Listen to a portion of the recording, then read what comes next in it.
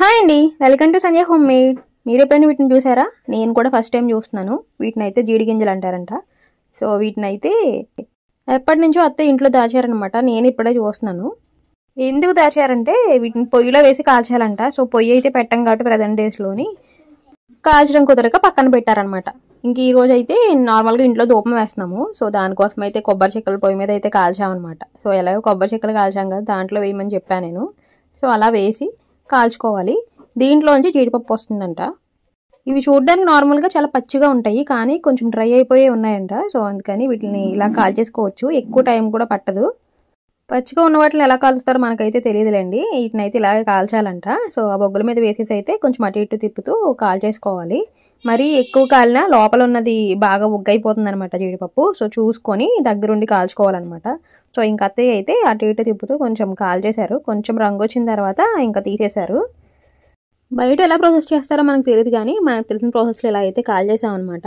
ఇంకా కాల్చిన తర్వాత కొంచెం చల్లారిన తర్వాత ఇలా ఒక రాయి తీసుకొని అత్తయ్య అయితే కొట్టేశారు. ఎప్పుడు బయట షాప్స్ నుంచి కొని తెచ్చుకొని ఇంట్లో వాడటమే కానీ ఇలా ఎప్పుడు జీడి గింజల్లోంచి జీడిపప్పు అయితే తీయలేదు.